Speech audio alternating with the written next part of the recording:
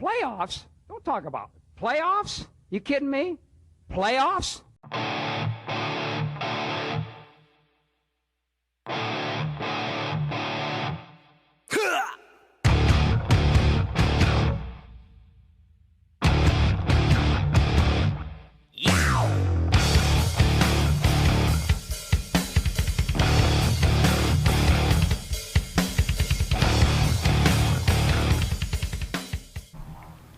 And he's still mumbling and ranting about kickers, in spite of the fact that he has handily won the 31st annual Screwy Louie Football League Championship. Go ahead, show everybody your trophy. Oh, man. Show everybody your trophy. Let me say thank you to Russ for running that league again. How many years now? 64. How many straight years? He hasn't run it in straight years. Okay, but I'm saying been a part of it, now running the league, whatever the case. How many years is this league going on? 31. That's you have won the incredible. 31st annual. That's incredible. So here's my trophy. Yes, and we're all very proud of you, and we're all very happy that you won it rather than somebody who won it out of complete and ignorant luck and backed into the playoffs with a 7-7 record. Wow. And played the mush, and beat the top two scoring teams in the league by virtue of the fact that they had bad days. Not because you scored a lot of points, not because you did particularly well, but because am I being a little bitter and salty about the Diamond Dolls You League? are right on the money. I'm being spot on. You're on the money. Okay. It happens, but You know. I did get a piece of that winner, which was nice. Yes, because yes, you did. we have our little thing each year, most points in the league between him and I. And now, first year he won it, I've won the next 4, including this last one. So he did give me a portion of his winnings towards our little side bet. So again, year 4 in that league as well. I've dominated in points, didn't get in the playoffs, Proving once again Right. that it is better to be lucky than good in fantasy football. And that's fine. We're having a good time. Yes. Because most of us in and around the surrounding this podcast are good at it. Some of us suffer from bad luck, like the Guru's Guru. He has a tendency to suffer from bad luck because he spends all of his time advising. What was he advising? He's advising 5 different other teams, and then of course he has his Guru's Guru thing, and he lets some of his team, the Dancing Lombardis. By the way, I believe that's like the 30th year he's had the name the Dancing Lombardis. They tend to finish in the middle or the bottom half of the pack because stuff slips through the cracks on Yeah, him. there's a lot of work. You know, it takes so does. much work. Yeah, and he get misses a involved. guy here, he misses a guy there. Why? Because he's busy taking care of everybody else. Yeah. So Well, I was in 3 leagues this year. I won yours. I won Danny's league also. Yeah. So I was 2 of 3 this year for championships. I'll take that. So I had a profitable, I had a fun year. But even with the 3 teams, it's a lot of work. It's It a is. lot of work. It It's is, along watching with the DFS. It's a lot of work. But again, it's work I love and we enjoy, and this is why we brought it back here today after what? We were gone a month. We didn't get to do this. So 'cause, I mean, the NFL playoffs are coming up. This is Wild Card Weekend. yes. Or now they're calling it Super Wild Card Weekend. Yeah, it's super. all right. They're putting games on Nickelodeon with graphic interfaces of capes and masks and crap like that. It's like, Okay. stop it. I don't see that on my computer kids like screen. football anyway. Yeah, well, Okay. whatever. The NFL, if any of the sports, does its best to kind of step You have outside enough the box, audience. literally. So You have enough audience. So a lot of stuff has happened during our hiatus. I got COVID again for the 3rd time. Didn't get a hat or a fucking T-shirt or a pen or nothing. I just here's COVID. The Omicron wasn't all that bad. I mean, it was 3 days of feeling like crap. I've had worse bronchitis. it wasn't as bad as the first time that I had it, when I had it for 8 days and I felt like I was going to die at least 2 or 3 times during that time.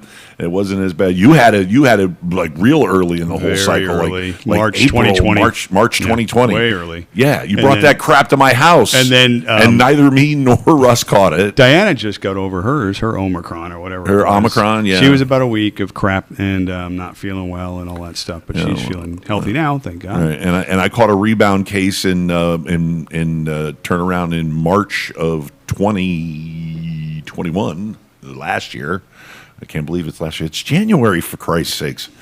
January 15th. It's already halfway through the damn month. I know, the year's almost over already. It's crazy. It's like, I don't even want to ask where the time flies. It just flew. But yeah, a lot's been going on. 2022 has been off to an absolutely shitty start. Yeah. I hate to be the bearer of bad news, but this network and many, many other segments of my life and a lot of our lives have lost an iconic figure, a super talented gentleman, a guy who's got a heart of gold named Bobby Mack, whom I've known for 36 years. He passed away the early morning of January 7th. He had some sort of episode behind the wheel, and we're all going to miss him terribly. He is the guy who designed the logos, the branding for this network. He was my creative partner. He was he was my creative partner in the first iteration of the Gonzo Radio Show. Which, by the way, the few video clips or few videos that I have, I'm going to be producing into clips to show you what a funny fucking podcast that was, and a lot of fun. Oh my God, a lot of fun. You know, my little studio over in Deerfield Beach off of First Street. Me, him, and his wife Cindy chopped it up, went bananas. I mean, really. And he was a really, really good creative partner of mine as well. Not only did we do the first iterations and start the Gonzo Radio thing, but we also did Geek Fest 2 years in a row. So when I say that a lot of different groups of people are mourning the loss of Bobby Mack, I'm talking about, of course, my network, the adult entertainment field, because he did a lot of good work in there and he did a lot of work for a lot of people. The Rocky Horror Picture Show, which, by the way, we're planning a February 5th tribute memorial show to Bobby Mack at the Gateway Theater off of Sunrise Boulevard in Fort Lauderdale. That's Saturday night, February 5th. Of course, he's lost to the geeks, the cosplayers, Star Wars, Star Trek, comic book nerds, science fiction nerds. You know, when we got involved in Geek Fest, we really got involved because, like, we're a couple of geeks at heart ourselves. Okay, we really were. We were a couple of geeks at heart ourselves. So, you know, we lost him, and of course, a lot of people who were just personal friends of his, just personal friends, which we find out he had a lot, and I mean a lot. Yeah. Because we're talking about a guy who was always supportive. He was always very sweet and very nice. Even I've seen him be nice. I saw him be nice to people that screwed him over.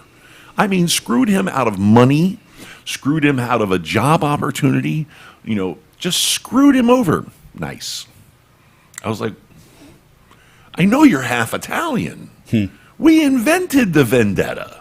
I knew Bobby a little, not that much, Yeah, but I didn't I have mean- to understand the what he left. Obviously, all the friends, like you're saying, across all different fields of stuff, interest and hobbies and sports related and music and entertainment and all this stuff. Stand-up comedy. Yeah, so just really talented guy, very sad, and again, it just pushes through again the meaning of you just never know what tomorrow is going to bring. Yeah, So I mean- live today, love today, and just enjoy life because tomorrow is never a guarantee. Well, listen, we being a gentleman of a middle-aged persuasion, we've lived a lot of life, and we have dealt with, shall we say, various incidences that cause us to reassess things, appreciate life, and appreciate things. Appreciate life. Yeah. Just You know, reprioritize things again. Right. Always, just to look at things again, what really matters, and to focus in on those things, and to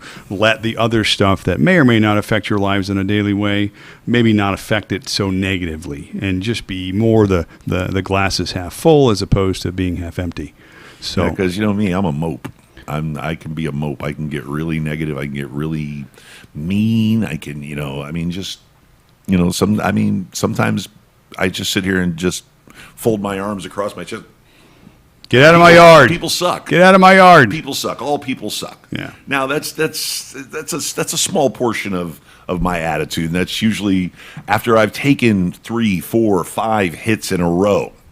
Okay, but I mean, as we have seen with this little incident that I had, which is going on a couple of years ago now. Every once in a while you get upbraided. Usually it's the death of a loved one, whether it's a close friend, in my instance, or a family member. And it's usually, you take a shot like that, and then all of a sudden you get a lot of perspective. So, yeah, for sure. All right, now that I've completely brought the fucking room down. Let's go NFL football. What is it, Super Wild Card today or something? Super. Something super. We got a bunch of games. All right. A bunch. We got 6 games over the next. Bunch. 3, 2, I can't count. 6 games over the next 3 days. Let's break them down one at a time. Okay. Now. Okay. The first up are the upstart Cincinnati Bengals versus the Las Vegas Raiders. Yeah, the out of nowhere Las Vegas Raiders, the team that's has faced the most adversity in what most teams will face in a period of years. They got it all this year. So listen, we remember when the Dolphins went through it, and we'll get back to the Dolphins there in a minute. But we remember when the Dolphins went through it with Bullygate. And we went, and they also went through a lot of other side drama with that. Every team has stuff, but nobody died. No, I mean the tragedy with Ruggs, obviously, with Gruden and the firing with him, interim coach obviously coach plays. Get fired. Then they had other players that were. There's another D-back I don't think got Joe arrested. Is actually capable of being racist. So So big problems in the Raiders, but they didn't play like that. That last game against the Chargers was, in my opinion, maybe the best football game that I've ever seen. I mean, not only just to play on the field, but the implications of that game and what it meant to both teams, to the Steelers now getting in. Everybody had no idea about, obviously, the Jaguars beating the Colts. That came out of nowhere. So everything fell in alignment for certain teams on that day, and it ended with perhaps one of the best regular season games of all time. I mean, it was incredible. Well, let me ask you a question.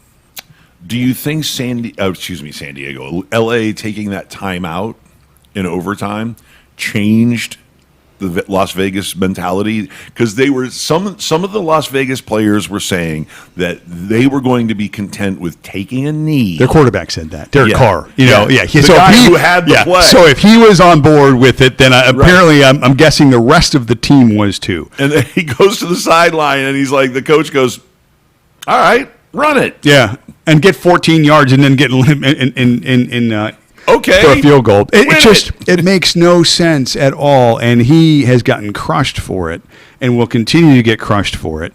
Can't explain it. I love Coach Flubs. I really do love coaches. This is why Flubs coaching, especially on the NFL level, man, these guys, after 5 years, they age 20. Yeah. Because they're, just so scrutinized for every move. And again, warranted. It's a pretty big job they have. They get paid a lot of money to do. So coaches now are getting paid through the roof in all sports, even college. Except Andy Reid. Andy Reid doesn't seem to age. I think he's, Well, because he came into the league looking like that. That's why. So, so he hasn't really aged that much. And I think he has his med card. I think he has his cannabis card. He relaxes He has at a times. really hot wife. He has a really hot wife. Yeah, I've never done who she is. He has a hot wife. Listen, middle-aged fat guys everywhere love Andy Reid because Andy Reid is a big old fat guy with a big bushy mustache and a hot wife. He's got a big bank account too. Huge bank account too. Huge. All right, so Vegas, Cincinnati. Okay, right. I think the strength of this game is the fact that the way the Raiders play defense, they bring pressure with just the front four. They don't blitz a lot. They don't have to. Those guys create havoc. Havoc. And it allows them in coverage to, mix and match their coverages. Nassib, Cover 2, Crosby, they can do single safety Savages. high, all kinds of stuff. And we do know Burrow is a little bit interception prone. He's my favorite guy in the league, and he's the guy who's got me that trophy. I'm not over worried there. about it. But again, just through analysis, I just think that there's opportunity here for the Raiders to create a turnover in a spot that could certainly help them win. Now, I'm not saying they win this game, but looking at from a gambling perspective, I think the line opened up at +6. So the Raiders are a 6-point favorite. They think Cincinnati's going to win this game. Cincinnati is the better team. Okay, I'm not saying that that's not the case here. But you get into game script a little bit, and if the Raiders can take away some of the advantage that Burrow and those receivers have on offense, Higgins and Boyd and Chase, it's a big ask. It's a big ask. Tough. Mixon's going to play a huge role today for Cincinnati because I think they want to run the football as well. So it's a huge task for the Raiders. But I'm just saying, at least on defense, they have a fighter's chance, okay, for a lack of a better metaphor, to say that they're going to get to play their style of defense. Sure. Okay, and they've got the manpower to do that. Health-wise, both teams are healthy. Waller is playing today. Jacobs is playing today. Carr's got his weapons. So I just think that, like I said, the Bengals have a little more talent on paper for sure. And certainly, you've seen Burrow just go crazy this year. I just think the Raiders' mojo and what they have, again, the hottest teams down the stretch usually go pretty far in the playoffs. Team of destiny? Is that what you're saying? I'm just saying, okay, from a gambling perspective, 6 points is too much. And from a game script perspective, and we're seeing it on TV actually now, I think that the Bengals try and run it a little bit more than we think. They try and keep the ball a little bit more than we think. I don't think Burrow's going to come out and just be slinging it down the field because if they're only sending 4 and they're worried about putting guys in coverage, it's going to open up some things for Mixon as well. So I wouldn't be surprised to see the Cincinnati come out and run the ball a little bit more today and see. So go. 4 players. I'm sure there's been plenty of teams that have had 4 players, quarterback that throws for 4,000 yards, 2 wide receivers that have received over 1,000 yards, and a running back that has rushed for over 1,000 yards. But have we ever had all 4 players under 25 years of age or under? Yeah, they're not 25 and under. They're not going anywhere. And It's a scary Mixon team. being the grand old man of that group. At 25. At 25. Yeah, it's funny. Not only am I seeing, I'm seeing a St. Louis Rams type of a team. I really am. I'm seeing it. They are borderline the greatest show on turf. They're close. They're really, really close. They're a little young in that perspective, group. like you're saying. Those guys with Warner and Falk, and Torrey Right. Holt, they were a little more experienced. Right. But so lending to your theory about being the young team with that sort of a ceiling, it's scary. Right. Because they have that ceiling. There's no question. All day long. No question. Yeah. All day long. Because they're probably 80% of those guys now. Yeah. In year 1 for some, Yeah. year 2 for others. The seasoning is coming Yeah, now. and also next year, we remember Burrow is coming off a catastrophic injury, and by all accounts, everybody says he's faster, Right. he's stronger, he's more elusive in the pocket. But- these kids come back from these injuries at 22 years old, and Yeah. it's like rebuilding, like Lee Majors. He's also a special cat. Though. It's like the $6 He's million He's a man. special dude, though. Yeah. He really is a special dude. So- we're looking at a guy who had to fight for recognition. He had to fight. He had to earn his way up.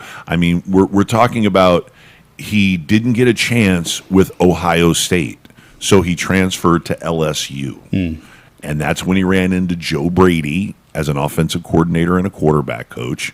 He ran into Coach O, Orgeron, Coach O. Coach O, all right, you guys you guys go figure it out, and I'll go over here and I'll work on the defense. Coach O is gone. And then, Sad. I understand. Sad. I understand. And I would, sure. Well, it was like eating ice cream for the first time for him, and it was like, this is wonderful. Yeah, well, this it is was wonderful amazing. because he had an offense that had Chase, Jefferson, Edwards-Helaire, and he had this special kid named Joe, who had that Ohio working class mentality.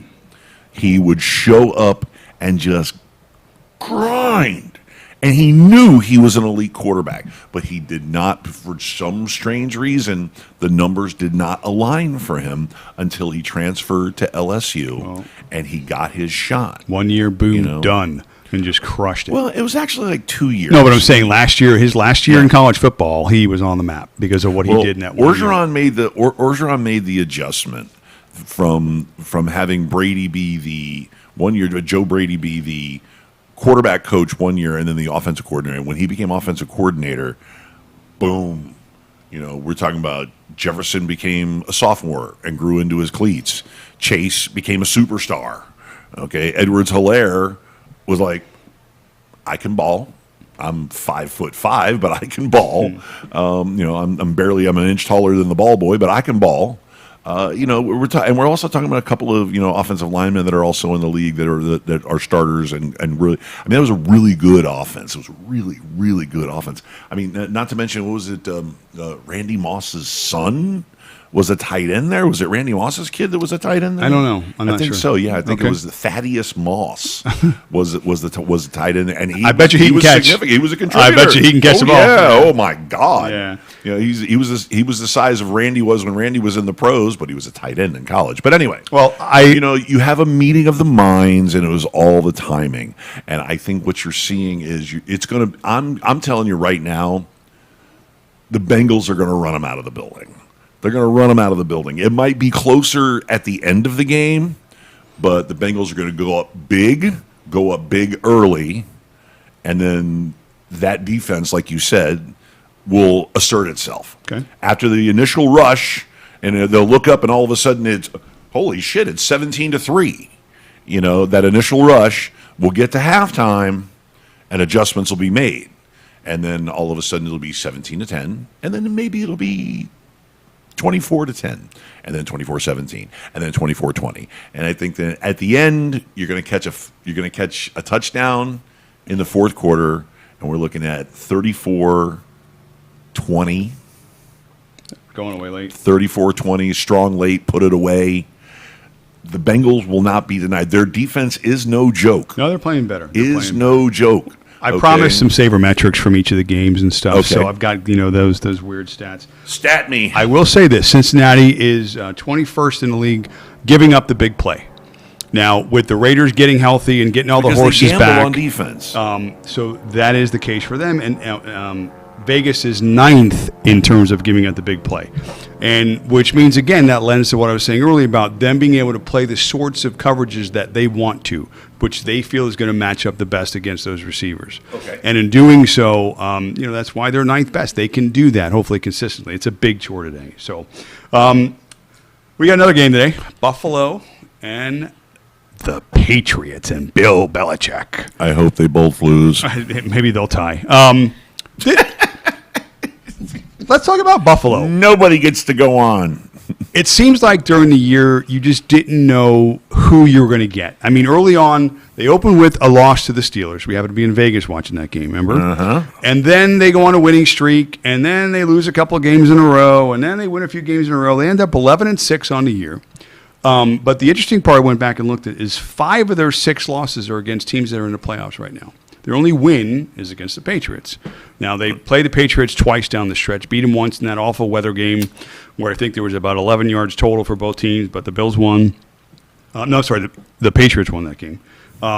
The Patriots ran the ball 48 times. But I know, it's crazy. But the second game, weather was not a factor like it's not going to be today. It's going to be cold, but it's not going to be windy, and there's not going to be any bad weather. And that's when Josh Allen jumped up and said, I'm Josh Allen. I'm 6'7", 280 pounds, and I can throw the ball 100 yards. Yeah, he's about 6'5" and a half, about 240, but 280 sounds good. Whatever. He thinks he's King Kong. So he threw for 330 yards that game. He had 3 touchdowns, exactly. 4 touchdowns. I think they dominated. Now, in the 2 games combined, Mac Jones only has 15 total completions, and that's in the 2 games they've played. I'm worried about the Patriots offense clearly because what we talked about prior to the show is perhaps their best receiver has 1 career freaking touchdown. Jacoby Myers is now maybe not their best, but he's in the rotation, okay? He's a guy that could get 8-10 targets a game. They count on him. He has 1 touchdown in his career. Right. They're limited on offense. That's a given. They're going to be running the ball on the backs of Harris and obviously Stevenson And that's what you're going to get from the Patriots. Ramondre. So, I mean, clearly from that perspective, knowing that what at least Josh Allen's ceiling is, it's clearly much higher than Mac Jones. And therefore, from this perspective, the Bills are at home. The line's, 4, I think, or 4.5? I just don't see how the Patriots are going to have enough offense. Whereas if any sort of game script goes in the way of the Bills, where maybe they've got that 17-3 lead out of nowhere, how are you going to come back from that? What offense, what weapons on that side of the ball? I mean, who's Mac Jones going to throw it to? Are they going to be able to stick to their script of running the football down 2 scores? I don't think so. So from that perspective, talent-wise, I just think the Bills are going to be tough to beat today.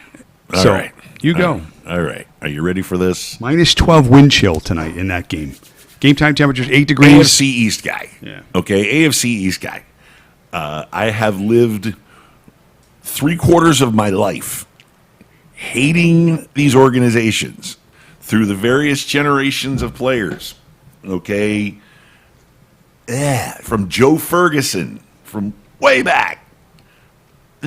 Steve Grogan. Wow.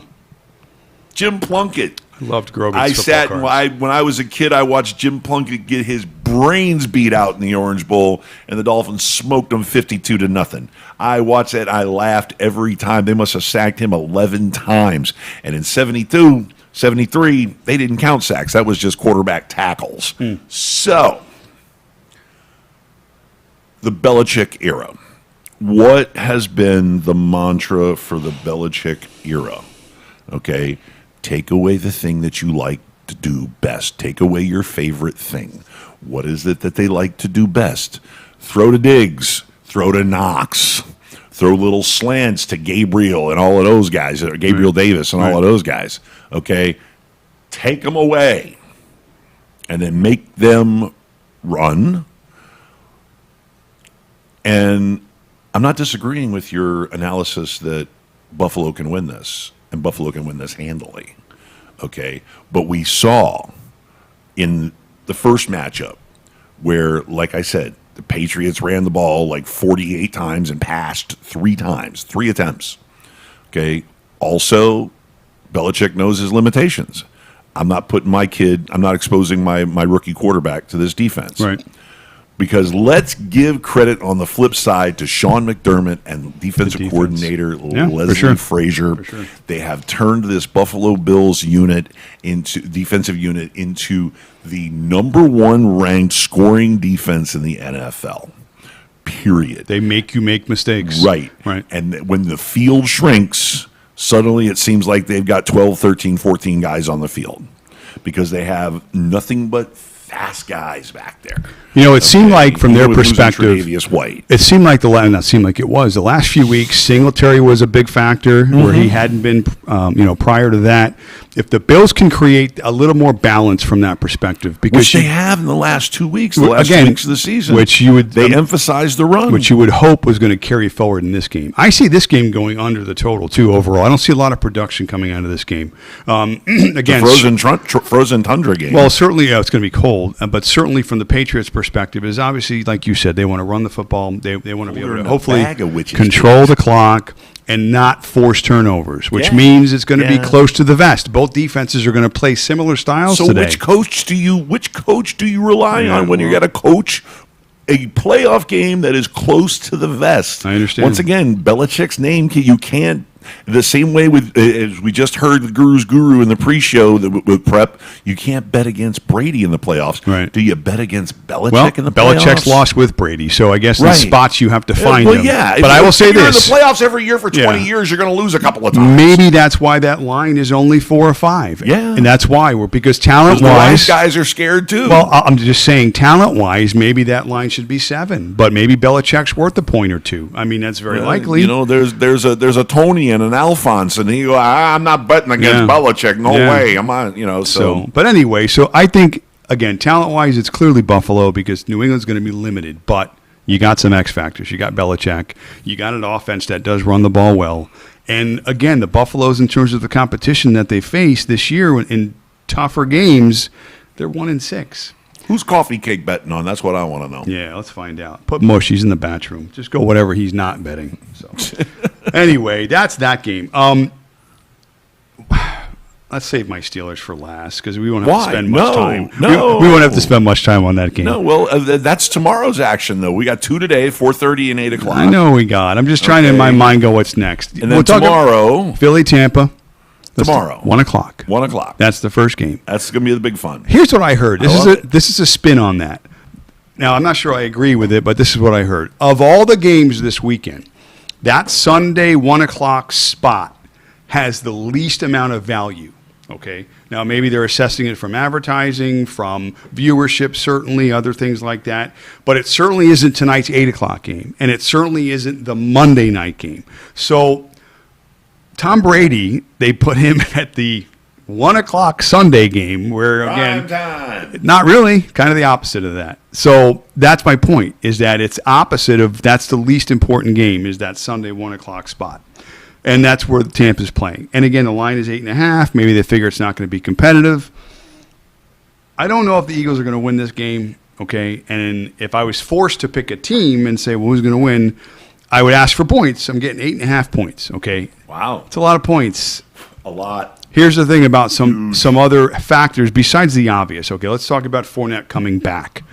He is still a game-time decision. Now, again, that's coach speak, perhaps. He's playing. Fournette's going to be playing tomorrow. But I question the amount at which he's going to play. I question at the effectiveness that he's going to play. He's going to go to the needle, dude. It's as simple Again, as whatever that. he's got to do is fine He's to play. He's going to do the pro thing. Right. He's But- going to go to the needle. He's going to pop a couple of Percocets, drink a cup of coffee, rub some dirt on it, and get out there and play some football. Well, that's great. That's a great story. Bruce Arians is old school. What happened with Antonio Brown? What happened with Crazy Pants? Okay, they tried to do that old school to Crazy Pants, and Crazy Pants said, "I'm not injecting my ankle. I'm not taking drugs. I'm not going in." And they said, "Well, fine, you're done. Get out." Yeah, Now, well, Leonard that played Fournette, out like that. Lenny don't play that. Fine. Okay. Leonard's playing. He's playing with needles and he's playing with coffee. But what Okay. I'm saying And is rubbing some that dirt on it. Don't and forget rubbing some dirt on it. it. That's fantastic. But I don't know Dirt how is important. I don't know how effective that dirt's going to be, or those shots, or that coffee. Ultimately, in terms of a guy getting out there who hasn't played for a few weeks, who is going to be asked to perhaps carry the load because they're thin. Okay, Gio Bernard is behind him. He's the only one. Ronald I Jones know. is not playing. I know. And you have a hobbled Fournette. So And a practice squad guy. Don't forget that guy. I will say this, that nobody throws the ball more in this league than Tampa does, okay, And they check it. percentage-wise. So guess what they're doing tomorrow? They're throwing the football tomorrow. Now, Fournette can catch passes too, but their game script tomorrow, knowingly, is going to be throwing the football. Eagles know this. They have a separate trainer just for Tom Brady's shoulder. So the Eagles, knowing this, are going to prepare as such. Darius Slay, one of the best corners in the business. Could be, again, and the Tampa Just Bucks, saying. they lost another receiver, okay? That kid Grayson, who had, I think, 8 or 9 targets 2 of the last 3 weeks. Cyrus Grayson is that guy. His name sounds like the alter ego of a superhero. You know, it's just Yeah. like it does. Give him It's a cape. Cyrus Grayson. Well, if that's the Nickelodeon game, he may have a cape if he was Right? out there. During showing. the day, he's mild-mannered Cyrus Grayson. Yeah. At night, he's Buccaneer Man. So the Bucks are thin at the offensive approach at which they're going to try and move the football. It's basically Evans. It's Gronk, who we know is big in big spots. But again, this is game 1. A lot of times the Bucks have that first week off. They get that extra week Don't to they still have heal. They still have Tyler Johnson, though. They do have some other guys, a slot guy. They still got that Bobo guy that I don't Jameis know. Winston played with at I- FSU. I They can had a see, Bobo at one time. I can see the Tampa running a lot of tight end sets today, using Cameron Braid a lot today, as well as Gronk. But still, again, I just think they're not at full strength, clearly. Really quick. Over under for number of catches that Gronk has today or tomorrow. Catches probably, 6 to 8, somewhere in that range, because I think he's going to get 10-plus targets in that game tomorrow. Yeah. So if he's getting 10 targets, I see him getting 6 or 8 catches. Both those tight ends are going to get a lot. They're going to get a lot of work. So offensively, that's what they're going to do. But I will say this about the Eagles. The Eagles, they ran the ball very well this year. And even though Tampa is good against the run, the team that had the most explosive plays overall. Now, an explosive play by metric standards is a run of 10-plus yards or a pass of 20-plus yards. Right. It was the Eagles. I know. Not many people would say that. They look at That's a running 'cause team. they run the ball 35 times a game. Explosively, they have opportunities, especially against this Tampa secondary, to make some big plays. Kenneth Well, I do Gainwell can lots come of up big explosive today. stuff too, but that doesn't make me a winner. Tampa's a better team here, but ahead. Don't- I don't think laugh at it. I do Don't think laugh at I it. have It's nothing disgusting. to add to that. But 8.5 points is a lot. So from a betting perspective, for me, it's the Eagles keeping this game a little bit close. Also, too, we found out, or at least I did today, the weather's not going to be a factor other than wind tomorrow, which is going to be consistently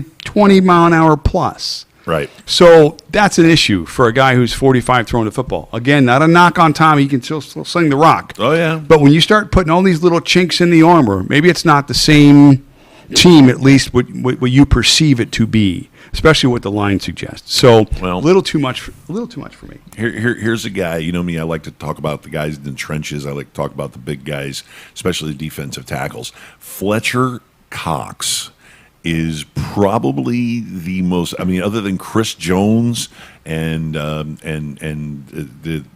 mutant out in Los Angeles, he has got to be the most disruptive force in any given game. I mean, it really starts at the heart of that defense with Fletcher Cox. No question. Okay, he is good for 6 or 7 plays where you hear Joe Buck, Fletcher Cox. You know, I mean, it's just whether it's a breakthrough sack, it's a tackle for a loss on a critical third down or something. Yeah. Even a batted pass.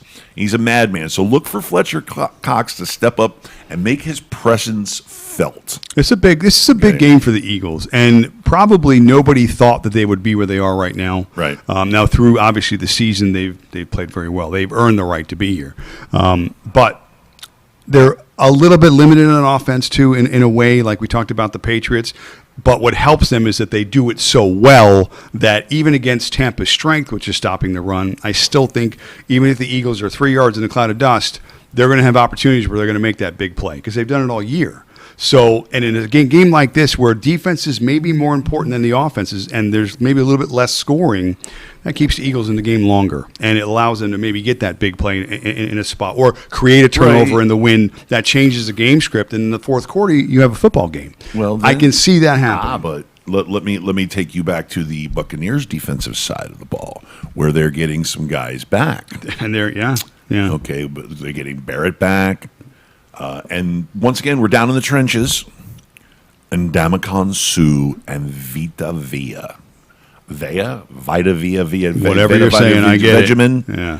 And they know who he is, A too. huge, gigantic Samoan gentleman. And I say gentleman because he's my size, and I don't talk bad about people my size. Plus, I love Samoan people anyway. But we're talking about a guy who he just signed a contract extension, which establishes him as probably the highest paid defensive tackle. Yeah, and well-deserved. And well-deserved. Yeah, well-deserved. And I think that, once again, your interior defensive linemen on that side of the ball are going to make their presence felt. I think that the Eagles are only going to run the ball on the edges. That's the only place that they're going to have success running the ball. Because if they try to run it between the tackles, they're going to. It's going to be like running into a very thick, dense forest. Well, again, it's going to be strength versus strength, and I just As much as we love Kelsey is a great center. He's all pro. He's probably the best center in the game, but he's got 2 monsters lining up over him in the A gap every play. 2 monsters. So we're going to see that. So the Eagles will be successful running on the edges. Okay. However they decide to run, and they're obviously, probably going to struggle at times because that Tampa defense is really good. I just think overall the game stays close, and from a betting perspective, again, I just think the Eagles get inside that number. It's like 8.5. That's So a they big cover number. it. Oh yeah, it's a big number. So Eagles cover, but Big Bucks number. win. Yeah, Bucks win. Bucks win. So let's say Tom Brady game-winning drive or game-sealing drive. yeah, somewhere in that Small realm. lead, whatever it is, or kick just an extra field goal. get those late couple of first downs. Yeah. All right, listen, this is a total sidetrack here, but Oh, I have to. okay. You have to consider this. This is a betting angle that I learned about. Quarterback rushing attempts. Do you know that if a quarterback kneels down it's considering a rushing attempt. Now, if you can get an angle where you feel comfortable enough in some of these bigger games where Tampa's up by a score late and they're going to then kneel the ball, first Victory down, second formation. down, third down. I guarantee you get rushing props on Tom Brady as over under 1.5 attempts, or other quarterbacks like over under 2 attempts or whatever it is. And if that particular quarterback fits that particular model that I just suggested, you may win it on kneel downs alone. Because What about yardage, though? Yardage. I don't care. My prop is rushing attempts, not yardage. They have props for quarterbacks on DraftKings, on FanDuel, on all these other sites now, probably the rest of them, for quarterback rushing attempts. I'm just throwing another side crazy angle that I just picked up a week ago, and I just had to share it. Anyway, all right. Everybody's darling pick this weekend, 49ers and Cowboys. Everybody's on the 49ers, right? Everybody's like, and again, they're basing it on it's the Cowboys, and, obviously they find ways to lose games. Right. What has it been, almost 30 years since these two teams have competed in a playoff game? I think 95 was the last It time. always used to be just like a major event. Yeah. The Cowboys Oh. versus the 49ers. Yes, 100%. It was Troy Aikman versus Steve Young, yeah. or even Joe Montana. Yes, going back as far as that as well. Yeah. Danny White versus Joe Montana. Burloin, I think, actually had starts for the Burloin Cowboys. got at a little that. piece of that action in the there's the a transition. Lot. There's a lot, but big history there, just not recent history. Right. And that's partly because the Cowboys have just been such a disappointment. America's team. And listen, there are premier franchises in the NFL. Let's face these facts, and they're older franchises. They're brands within the brand. Right. And business is always good, okay, for the NFL when the Cowboys are good, when the 49ers are good, when the Raiders are good, even when the Dolphins are good. Good for business. Sure.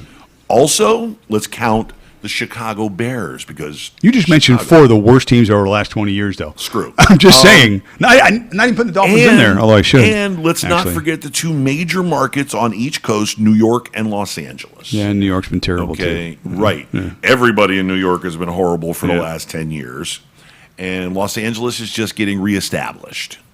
Okay. What does that tell you about the NFL? About how, again, in support of your argument, but then the flip side of it is you mentioned 5 cities that are the biggest markets that you would think drive the train, and they've had the worst football teams consistently over the last 20, 25 years. Yeah. But, so again, imagine the success, and what you're saying is you want those teams to be more viable. What kind of success would the NFL have then? I mean, sure. If the Giants were playing the 49ers or the same conference, so the Giants were playing, whoever the big ticket is in the AFC, look at the Giants Patriots versus, or whatever. The Giants it is. versus the 49ers in the NFC Championship game. That would one draw of the highest Yeah. viewed Yeah. NFC Championship course. games of all time. Of course. And poor Joe Montana got his brains beat out. Yeah, in that game. Yeah, but the roughest blindside hit Man, those I've teams ever got to seen get good. ever. The Giants have to be viable. They're not. They're Sure, terrible. That's but a whole other show. the NFL, and let me tell you what, nobody every year. I mean, you have to if you are, and I know you can't actually come out and say, but if you're Roger Goodell, you go to these teams and you go, so You get gonna your have a good one? shit together. Get yet? your shit together. Yeah, really. You're costing us money. All right, we're back to the 49ers. We're Okay, talking but about the sorry-ass anyway, Giants. the Cowboys, Yes. the Raiders, the Dolphins, they're all teams that everybody, A, loves the shit out of, and B, there's a large group of people that love to hate them. Hate the shit out of Love to hate them. The same for the 49ers. Haters make you money, too. Oh, yeah. Yeah, Haters love pay. them haters. Haters pay. Oh, yeah. I learned that in pro wrestling. Yeah. If you are a heel and people come just to see you get beat up. Oh, yeah. And guess what? That ticket money, that's still $10 in the box. You know what? That's still $10 in the box, whether they love you or they don't. 100%. And I even when I was a heel and I was selling T-shirts, I sold more T-shirts as a heel than as a babyface. So It's math. Listen. haters, baby. 1% of 100 is always better than Bring the 100% of heat. 1. Yeah. So, Bring the heat. Yeah, get it from everybody. Exactly. Yeah, Cowboys are at home in this game.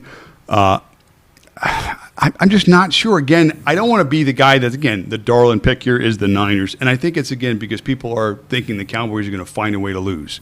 But inside the numbers, I actually heard today that Garoppolo was a better quarterback than Prescott.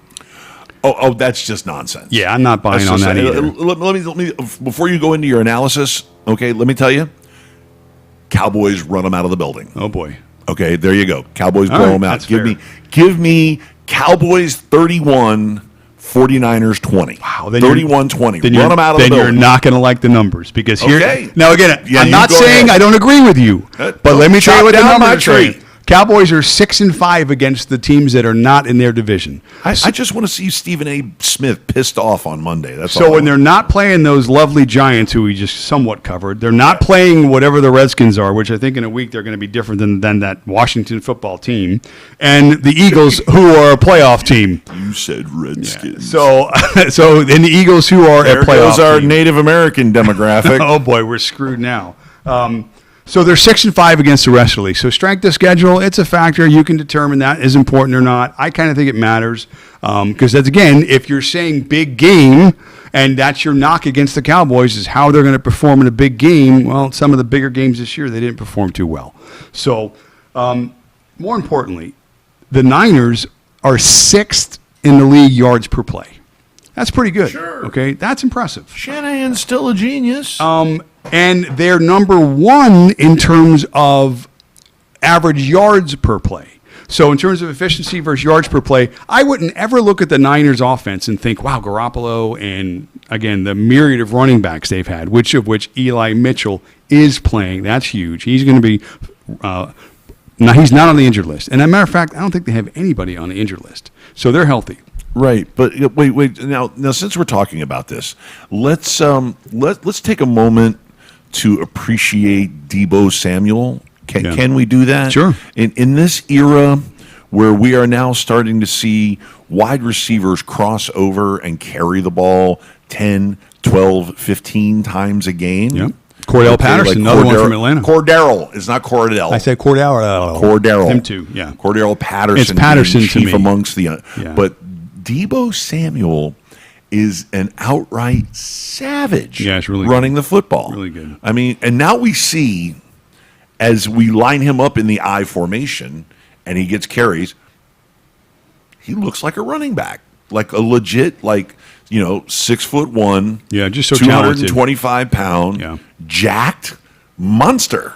And we didn't really notice that when he was out lined up out wide receiver. You know what that makes me wonder? It makes me wonder how many more running backs could play that wide receiver position as opposed to the wide receivers transferring back or adjusting back and taking on running back responsibilities. Because if you look at the shift over the last 10 years, especially in the NFL, running backs are catching a lot of passes. Right. Najee Harris this year, as a rookie, came in and led the league in receptions for yeah. running backs. Oh, yeah. So these guys are coming out ready to catch the football. So you got a lot of guys, I think, maybe not to that level, that we mentioned about those two guys specifically, but the other guys haven't got those opportunities. I mean, can you imagine covering a guy like Najee Harris in the slot? Or It's tough. Lots of other guys, even Eli Mitchell, or yeah. a lot of these guys that are super athletic and have a little bit of size they have great hands. So it's the game is transformed in that way. But those two guys, and the one you mentioned today, Samuel, he's a beast. Can you imagine if Terrell Owens played running back the same way that Deebo does? I mean, Terrell is 6'3", 225, 200. That's almost like an Eddie George style guy. Yeah, it'd be interesting to see. Dude. Listen, in his prime, the dude can run a 4.4. So Let me tell you, if I were the Seattle Seahawks, I would put DK Metcalf in the backfield. I put him in there. Yeah. I mean, we're talking about a guy who's 6'4", 235 pounds. Yeah. Okay, he will hurt You somebody. may see a shift. You may see more teams try different guys. Sure. And see if it works. But I mean, it's the same principle as Derrick Henry, swinging out of the backfield and catching passes. But remember this, though, is since the shift has gone towards the receivers having more value, do you want your number one back there touching the ball, 50, getting pounded, going through offensive linemen that weigh 300 pounds every play? Again, you got to be selective. You got to make sure you got specific packages for those guys' skill sets. And I still think you're drafting running backs and you're keeping an open eye versus players on your team. Let's call them hybrids. Okay? Right. Let's call him a You're going hybrid. to see a trend towards that, though. Again, if that supports their offense and they've got the skill set for sure, because it's a huge advantage. I mean, that guy. It's the trend. That guy is really, really good. So listen, the kid with the Giants, Kadarius Toney.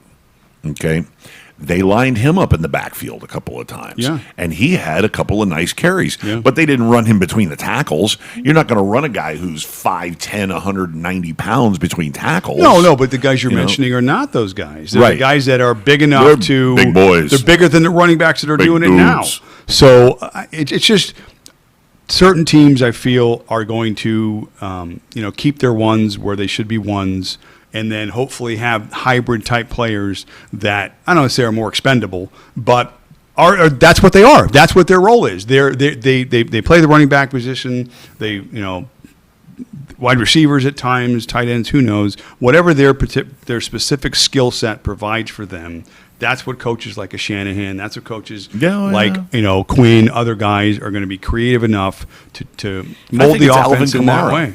I think it's Alvin Kamara, because how many times do we see Alvin Kamara lined up in the slot for the Saints? For sure. But he's getting a little long in the tooth now too. So that's a guy 6 years is long in the for tooth running for a back, running back for that guy's volume. Oh my gosh! I mean, they've depended on him for a while. So, So what's your final analysis? Well, I had the Niners. We're waiting. It's 3 points. Okay, 3 points. The Niners are dog are Three.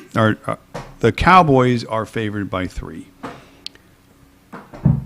I think it's the Niners. Niners. I really do. You'll take that 3. I'll take the 3 because, again, maybe the Cowboys win a game, I don't know, maybe 24-23, something like that, or whatever the case. I do think there's going to be some points in this game because I think that just the bulletin fodder, let's call it, that's on the wall about people actually thinking Garoppolo, and that came from more than one source because that was in the analysis on some of the shows I watched as they were breaking down the comparisons. Joey Bosa said that. Between Garoppolo and Dak. Or wait, is it Joey? Which Bosa is the one that they have in San Francisco? Whatever, Bosa, the Bosa kid. But it got steam, and therefore I do think that the Cowboys and Dak in particular are looking at that, and they are probably ready to play today. So, just a good football game. Just a good football game. I think Dallas wins, but I think they get inside that 3 points.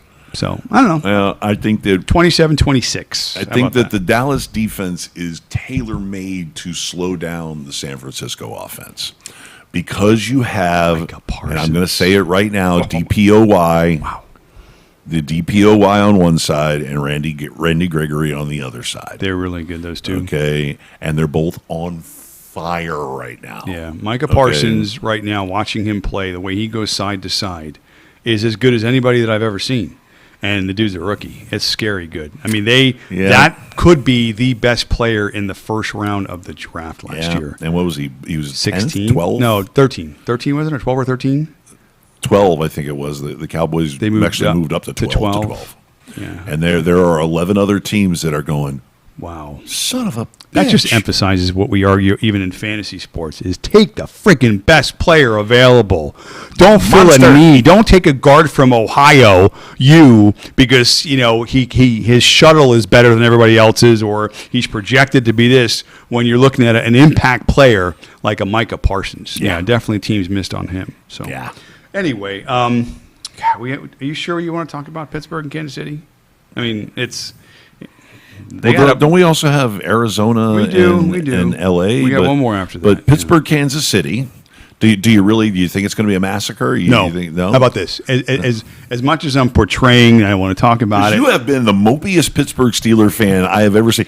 At 99% of all other Pittsburgh Steeler fans are absolutely delusional, crazy fanatics. God bless them. Love you to death. I thought I was a delusional fanatic for the Miami Dolphins until I ran into Pittsburgh Steelers. I will say this, and you actually just said it, is when you look at the word fanatic, the first 3 letters in that is fan, okay? So those words are very synonymous. Anyway, I want to call myself a fan because I am.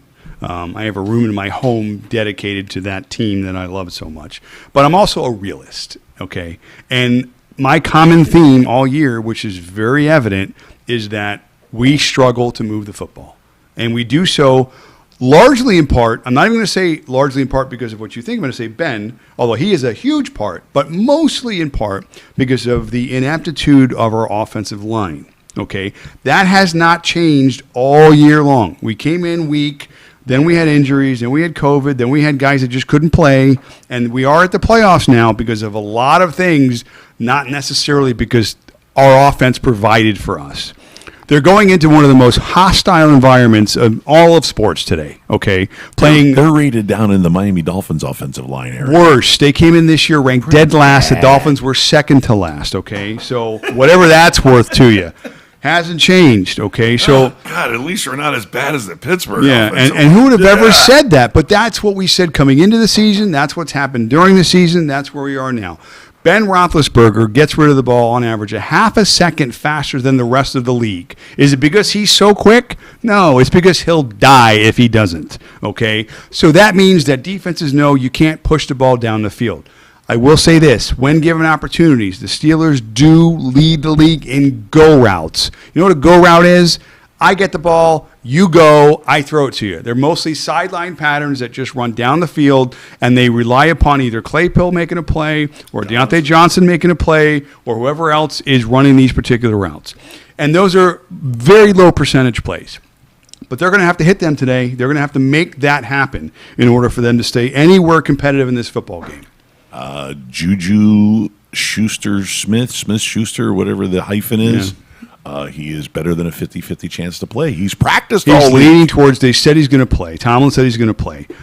We're healthy, at least from the receiver's perspective. Najee Harris is questionable, but he's going to play as well. So, again, He's 21 and he's a Okay, I'm just telling you. Alabama running back. he's also come out of, I think, maybe 3 games this year so far for specific little things, little bang-ups. Right. He's carried the ball like 600 times, caught 400 passes. Right. The dude's tired. I don't care how old he is. He's been used and I'm abused tired, man. and beaten down. And that man has played phenomenal this year. So that aside, I just don't know how we're going to stay competitive in this game unless our defense just plays on fire. Obviously, and TJ Watt is going to be a big part of that. Because your defense is on fire. The defense is healthy. Minka's playing It is. well. We're getting contributions from the linebackers. It is. And it's going to have to be defense, create turnovers, get short fields, turn those into points, Yeah. and not get run out of the building because the line suggests that we will. Now, I joked. Hope maybe it's not a joke. For some strange reason, I think we're in this game. I think we go to the at halftime and we have the lead for some crazy way. But that game, it would have to be like 10-7, 13-10 in order for that to happen. If the Chiefs come out and Ben turns it over early or we fumble the ball or whatever the case, and the Chiefs are up 14-rock early, just go find something to watch because it ain't going to get it's Go find no something to seriously. watch. I mean, whatever it may be, go catch up on some old episodes of whatever. It's touchdown, Yeah. Butker. Our defense has to set the tone in this game, but surprisingly, I think we will to a degree. They just can't give up the big play. They can't let Tyreek get over the top or catch a ball 10 yards and then run for 50. The Chiefs seem to do that every game against somebody, and if they do it against us, It's what they call their offensive strategy. here is our savior. Is obviously we also can't stop the run. Okay, so we're bad on both fronts, but I don't think Hilaire is playing at all. At all. And Williams is questionable. He's Right. banged up as well. Right. So I think I wrote down, I forget who their running backs are going to be. It's going to be Derek Gore and Jerick McKinnon. That Right. could be the Chiefs' starting backfield. Right, but listen, and don't discount McKinney and don't discount Gore. Gore has been very effective when he has played, and McKinney is a dual threat running Okay, back. I'll say this. Any of those guys could look like Tony friggin' Dorsett today against our team, the way we run the football. So I'm just saying matchups and Don't players. discount them. I'm not discounting them. I'm just saying that the Chiefs won't be at full strength running the football, which is the Steelers' clear weakness. So that's a little more, for the Steelers. Listen, I'm a fan, and I'm trying not to look at this game through those eyes, but I just, for some reason, think we hang around enough, especially in the first half, to keep this game somewhat interesting somehow. We don't win the game. We're not going to go in there and beat Kansas City. That's not Interesting. happening. But I do think we hang around. So weather's not a factor in that game, thank God, because if that was the case, forget it. We may not score. But it's not. It's just going to be cold. Actually, I think it's like in the 30s. So it's not even going to be a factor at They're all. both cold weather Well, teams, so. that's not cold. Tonight in Buffalo, minus 12 wind chill, that's cold. But in Kansas City, 30 degrees, the sun is shining. It's not. It'd Weather's freeze not a your factor. butthole shut cold. Yeah. So that's just my interpretation of how it's going to go. Again, maybe it's more fan-driven, but because none of the numbers support that. But I just think in this year's NFL and the whole any given Sunday type of thing, you get a couple of road teams that win, in these spots. And again, maybe we don't win, but we make it at least more than what that line suggests it's going to be, more competitive. So, all right then, that's what I'm hoping for. Let's bring it home with Arizona versus your Los Angeles Rams. Yeah, wow. Two teams that people just can't seem to figure out. I mean, they seem to be a little schizophrenic. At times, the Rams have looked really good. At times, the Cardinals have looked really good. And then they went on that stretch, the Cardinals, where they were losing to just bad teams, and they didn't look very cohesive and on both offense. Teams have shit the bed at times. What's his name for the Rams? He's thrown 3-4 pick sixes this year, so they've struggled at times. It seems on offense. His name is Matthew Stafford. I couldn't get it. I was saying Bradford in my head, but he wasn't Bradford. He was the last guy to get the Georgia Bulldogs. By the way, congratulations, Georgia Bulldogs, for winning the national championship. That was a big win. The last man to lead the Georgia Bulldogs to the national championship Very game. So go ahead. So anyway, Stafford has looked pedestrian at times, despite Cooper Kupp's record-setting year. But then again, he has looked like a straight-up baller. No question. But what they're going to have to do today is, I don't think they want Matthew Stafford back there throwing the ball 40-plus times. Nope. They're going to have to establish the run in some kind of way. Whoever they're trotting out there, Cam Akers is playing now. Cam Akers coming back from a torn Achilles. Another guy, not on Fournette's level with his injury, but another guy that, at best, you can expect a capped ceiling at which he's going to be there. So. Available is what it is. And then other guys, 12 touches, whatever it is. But again, just another contributing factor to keep the Rams' offense balanced, which is going to help Matthew Stafford. Again, I don't think they want him throwing the ball 40, 45 times a game unless they're in a situation where they have to. But I think the Rams are going to want to try and run the ball, and the Cardinals are going to have to stop that run and force Matthew to throw the ball that many times. Give their defense a shot to make plays. On the flip side, Kyler Murray has looked great at times as well. During the year, earlier, they were unbelievable. Then they struggled, and then down the stretch, he played really well. But I will say this, they haven't had Hopkins for a good part of the year, and when that guy's been in the game, that offense is different, clearly. He's one of the best receivers in football. So there's going to be guys like Christian Kirk. They're going to have to make plays today. Edmonds is going to have to contribute catching balls out of the backfield. J.J. Watt is available and playing today. Going to play. Yeah. After tearing his shoulder up. Yeah. He is going to make it back for the playoffs. Talk about a guy worth every nickel they're paying him. Here's a guy that I didn't even mention that's also listed as questionable, who perhaps could be Arizona's MVP this year, James Conner. Now, what do you have, 17 touchdowns this year, 18 touchdowns? 18. My gosh. Thank you, Pittsburgh. That just goes to show you how good that offensive line was when he had the ball. But that guy's been unbelievable. See, how does it feel? Usually it's the Dolphins giving a guy away like that. Thanks for James Conner. He's got to be grateful he went to a team that can block. Right. So, actually give him a chance to make plays. Yeah, regardless, got a pretty massive. Conner's questionable. So that's, again, we're waiting till tomorrow to see if he plays. Right. He's got an extra day. Right. But if Conner doesn't go in that game, and it's just Edmonds, again, from a volume perspective, certainly DFS, yeah, go Edmonds. But from a team perspective, winning that game tomorrow, they're not going to win that game without James Conner. So, unless Matthew Stafford turns the ball over 4 times, but I just don't see it. I think the Rams win the game. 27-17. I think there's points in that game. I think it may be a last possession game either way. Either we talked about like in the other game where the Rams are holding the ball, running out the clock type of situation. I think it's a kicker game. We'll talk about kickers. Or you did that on purpose. Or Gay is going to kick 2 field goals in the fourth quarter. I hit myself. Okay, the game is going to be 21-17 for the longest time, and then all of a sudden there'll be 2 drives, and Gay will kick 2 field goals. I love how you prognosticate these gameplays. I think it's beautiful. I look like a genius when I get it right. Just don't be gay. All I'm saying, you got to gay it up. Anyway, I just there said. There goes our gay demographic. I just said, don't be gay. Don't be a kicker. That's all I said. God. Anyway, my point is this. points in that game, good football game, maybe the best football game of the weekend points-wise, because I do think both offenses will be able to move the football. And if that's the case, then it should be fun to watch. But I just think the Rams are a better team overall. And, the biggest kind of sway for me, one way or the other, is going to be Connor. Now, they think he's going to play, but that questionable tag, I don't think he practiced Wednesday or Thursday. I think he has limited practice Friday, whatever that is. It's just not it's not good to be in that spot with the guy who you need the most. No. So we will see how that plays out. Okay, well. So quick recap. I'm going Vegas covers. You know what? I have all dogs. I just realized that, except for Buffalo. I got Vegas covering, I got Philly covering, I got San Fran covering, dog. Pittsburgh covering, and I actually wrote Arizona to cover the 4. So Dog. I'm going to stay with that. Okay. Because again, points wise, last drive, I think Follow Arizona the dogs. My only favorite is Buffalo this weekend. Dogs. Hey, Georgia Bulldogs. So hey, it's easy to remember. All dogs except for the Bills. Except for the Bills. See how I do. Okay.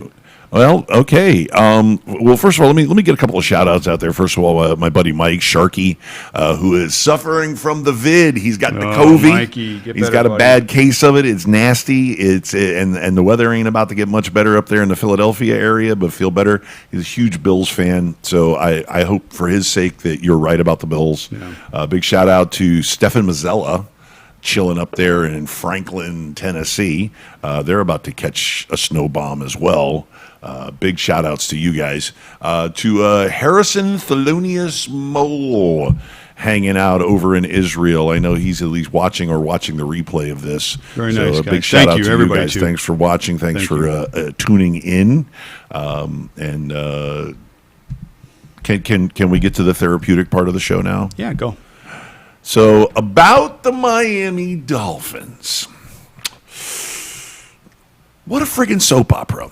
Now, a young gentleman wrote a great article, had to be about 650 words, about the history of the front office drama with the Miami Dolphins. And it all seems to be attached to Stephen Ross.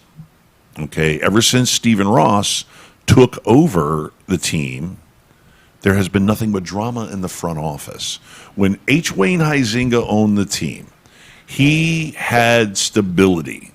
Okay, he had Spielman as his general manager and vice president of football operations. He had a very steady chain of command. Okay, the big problem is that things fell apart when Spielman decided that he was going to blame David Wanstead for our troubles, and he started the downhill rolling dumpster fire that eventually culminated in the transfer of ownership from H. Wayne Huizenga to Stephen Ross, which also led to he and David Wanstead being summarily dismissed. And this,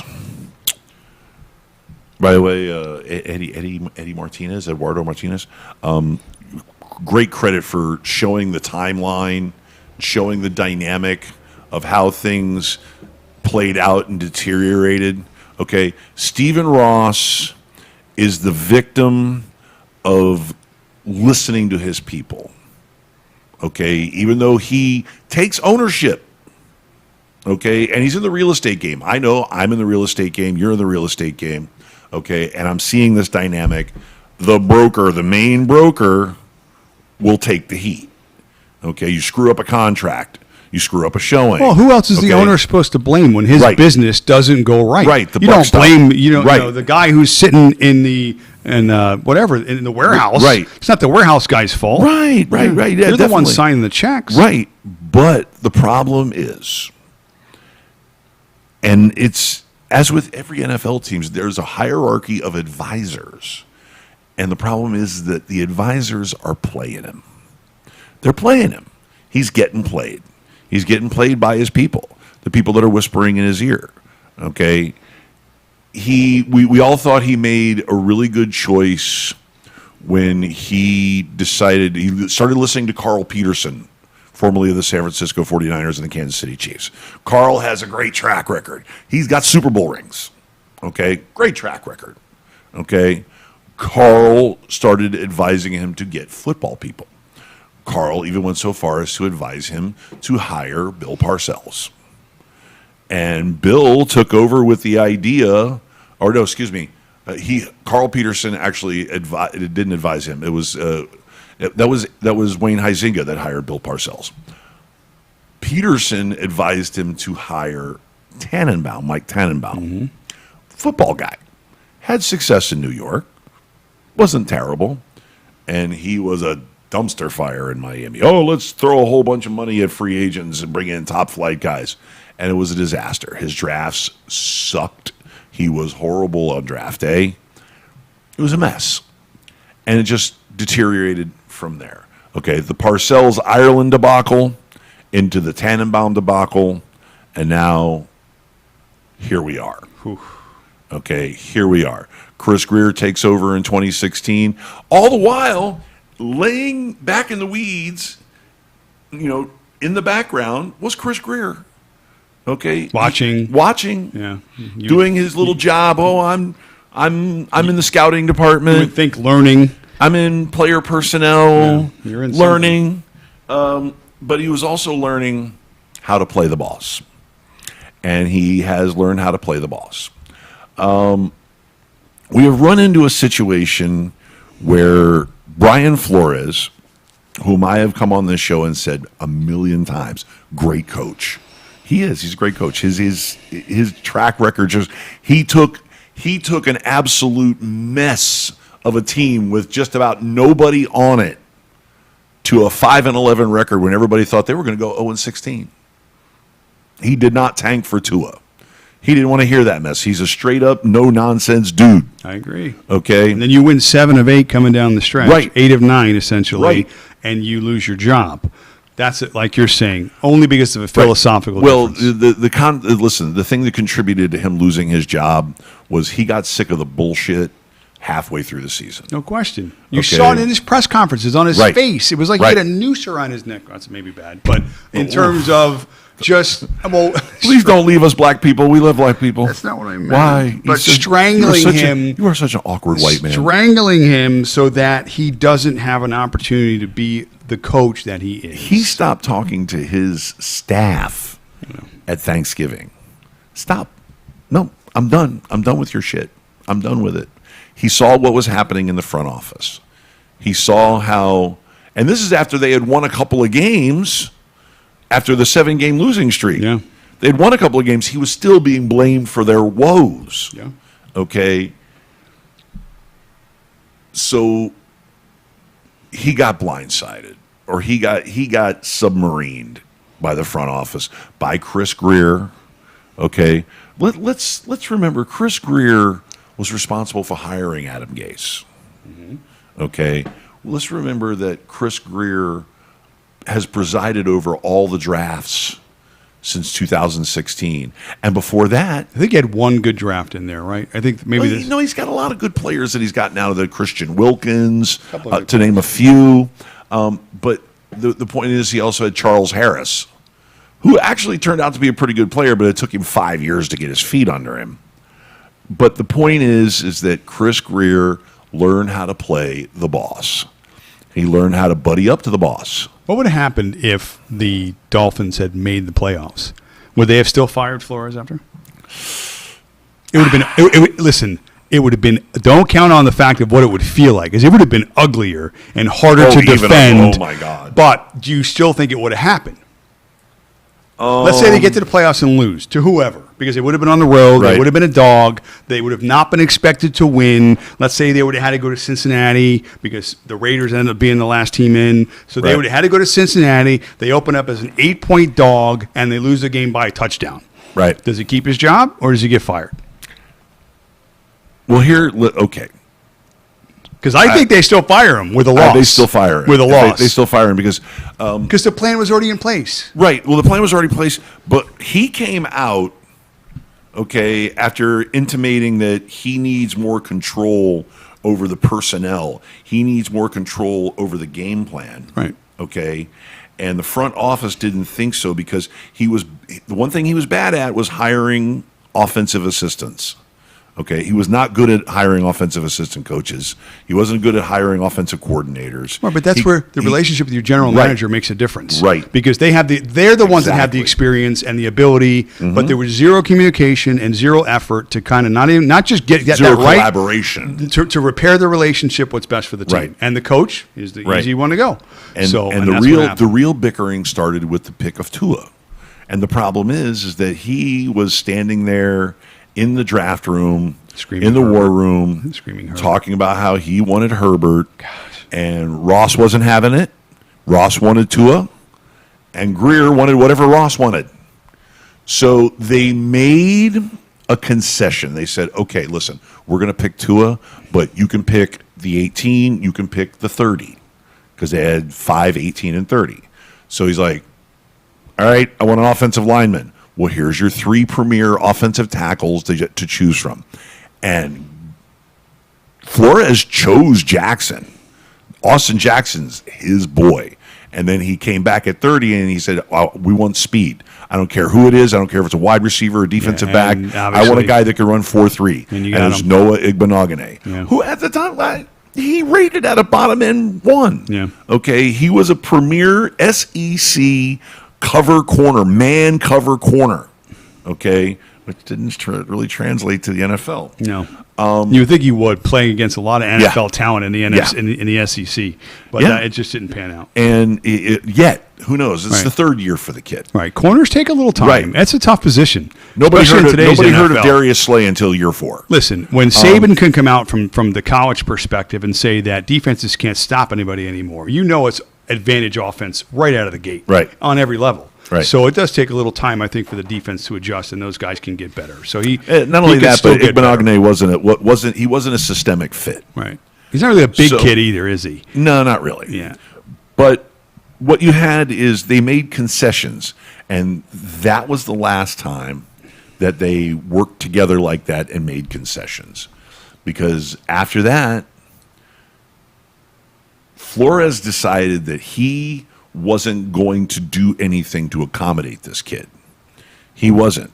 He changed his offensive coordinator from Chad O'Shea, who's good with young quarterbacks, okay, but Flores' choice for quarterback, Ryan Fitzpatrick, because he likes veterans, okay, his choice, okay, decided, hey, why don't you go drag Chan Gailey out of retirement? Okay, I can run his offense all day long. And not only that, but it won't be comfortable for Tua. Tua's got to learn a whole new offense and a whole new style. Oh, yeah, and screw that kid. So therein lies the friction, okay? Then you get the machinations. You get the power struggles. You get the nonsense, okay? And finally, he had enough. Because he was taking whatever criticism was being directed towards those Oh, yeah. losses. That was his fault. Oh, yeah. Those were his guys. That was his team. That Oh, was yeah. his draft, at least outwardly. And that's what turned up. And that's what happened. So, listen, I like your coach. He's going to land, and he's going to land softly. He's going to find a spot that's comfortable for Houston. him. And It's gonna be Houston. He's going to be successful. That team, under a specific timeline, wherever that team is, realistically, they will improve, and they will be a good football team at some point under him as a coach. I got a good one for you. He's going to land in Houston. The Deshaun Watson debacle is going to sort itself out, and Deshaun Watson is going to stay in Houston. And I can almost guarantee you are going to see the Houston Texans being coached by Brian Flores, and their starting quarterback is going to be Deshaun Watson next year. And in case that doesn't happen, I kind of like Davis Mills a little bit. That kid played pretty Mills good this year doesn't in suck. times. Yeah. He's not terrible. So Flores has never had a great quarterback. So he shows you he can win with a system quarterback or Right. a middle of the road quarterback. Right. So that'll be interesting to see as well. No, again, wherever he goes, whatever situation he inherits, He's gonna do well. He's going to make it better. So whatever cards do he's well. given, he is going to turn You it know, into a flush. Listen, he became very frustrated when there were personnel moves made without his consultation. Duke Johnson, Oh yeah. they didn't ask him. They just said, "Hey, Duke, get in here's there." your new running back." Yeah. They're like, "Well, did anybody ask me about Duke Johnson?" No. Philip Lindsay. Did anybody ask me about? No. So those were problems. The signing of Will Fuller. He didn't want Will Fuller. He knew what Will Fuller was. He's a guy stealing paychecks. And a lot of them, too. Yeah. Man, he made a lot of money Good not for playing him. a lot of Good. games. Hey, you know what? Go out there, Yeah. practice 3 or 4 times. Oh, my hamstring. Good receiver, though, when he's in there, no question. But, man, he's just Oh, never my in hamstring. there. Yeah, never in there. Yeah, forget that guy. Anyway. He used to have 2 good weeks a year. Right. You'd see like the 8 for 120 and 2 touchdowns. Yeah, and then well, he and wouldn't play he, for and he 3 used weeks. to have Hopkins to cover him too. Yeah. So what you're going to see, like I said, is Flores is going to land in Houston and watch Deshaun Watson stay, iron that all out, pay off all these women, and stay. Okay, he's still popular in Houston. The people of Houston don't care; they just want him to come back and play. Oh yeah, I mean, well, it depends on the what finally happened. People in Texas are a little weird, anyway. But so as for the Dolphins, my earnest desire is for them to lure Harbaugh out of Michigan, but it's not going to happen. So my second choice is you got to get an experienced head coach. You got to get somebody with experience. Enough of these nobodies. Enough of these coordinators. Okay, you go get Doug Peterson. Okay, a guy who's won a Super Bowl. Yeah, who's taken his team to the playoffs 3 times. Okay, he was the victim of a power play between Carson Wentz, a guy that they drafted number 2 overall, and Loria, and their front office who needed somebody to blame. Yeah, so problems. Peterson is a really good coach. Yeah, there's some good coaches out there. So they need to take that guy. Yeah, that can find work. That simple. And that's all I got to say about that. Play the Dogs today. Play the Dogs. And tomorrow. And Monday, actually. And good luck with everybody with your DFS as well. Yeah, we didn't go over any DFS, but it's hard. Now, I'm going to play the whole 6-game slate. I'm not going to. So it's almost like say an early 1 o'clock slate, because normally in those early slates, you're picking from 6 or 7 games. I just want that sort of field because I want choices. These 2-game slates are hard. If you're going to do 2-game slates, you might as well just, first of all, play single entry, because unless you're putting in 30 lineups, it's just there's only that many players in the pool. But certainly, which I do, certainly go for guys that have very high ceilings and are going to come in very low owned. So, like a guy like Jerick McKinnon today, who may play, or other guys like that. You got to take shots. You know what really sucks? What really sucks is that this year I finished in the black on DraftKings. That's good. Okay, because I've really sucked the last couple of years. But I haven't lost a lot of money. I've had my wins and losses. But I finished in the black this year. That's good. $46 in the black. Wow. I'm going to blow it. I'm gonna blow it in the playoffs. I'm gonna absolutely blow it. That's like a Arby's drive-through, $46. Yeah, I love Arby's, but man, you can go there for 2 people, get sandwiches, fries, and a drink. And it's like $63 for Arby's, but it's good. Oh, it's so good. And it's so good, and it's only if you're mad at your colon. Yeah. So good luck with that, everybody. We may attempt a show next week. Yeah, we'll try. We're going to try as hard as we can to get to episode 100 as our schedules straighten out. Align. If they do. We'll be able to pick either a similar day, or we will actually be able to arrange things to where we'll have the same day at the same time, which would be 11 a.m. on Sundays. And since we're going to be running out of football to talk about, we have lots of stuff with basketball. And UFOs. Miami sports have been going bananas with the Panthers and the Heat. And UFOs. And aliens, yes. And UFOs. Yeah, UFO. Why? Have you seen one lately? Listen, I got videos. Actually, I'm sorry. Can we not do UFOs anymore so we can accept the people who don't believe? They're UAPs is what they are right now. Unidentified aerial phenomena. Okay. UAPs. So, yeah, we have a lot of UAPs out there. So. All right, then. Good shows, good books. Yeah. Can't wait. Such a weirdo. Can't wait. All right. So say goodbye to the nice people. See you later, nice people. And we will get out of your hair and leave you be. Thank you very, very much for watching. We'll keep you alerted. And, of course, you can go to YouTube and go to the Gonzo Radio Network and check it out. The new website, by the way, we're getting ready to launch that, too, which you'll be able to check out everything, not only at Gonzo Radio Sports Desk, but Gonzo Radio in general. So on behalf of myself and the Maz, thank you very, very much for watching, and we'll see you guys again probably next week. We're going to try to get out there so we can get you the playoffs preview the regular divisional round of the playoffs. All right, next week. Peace.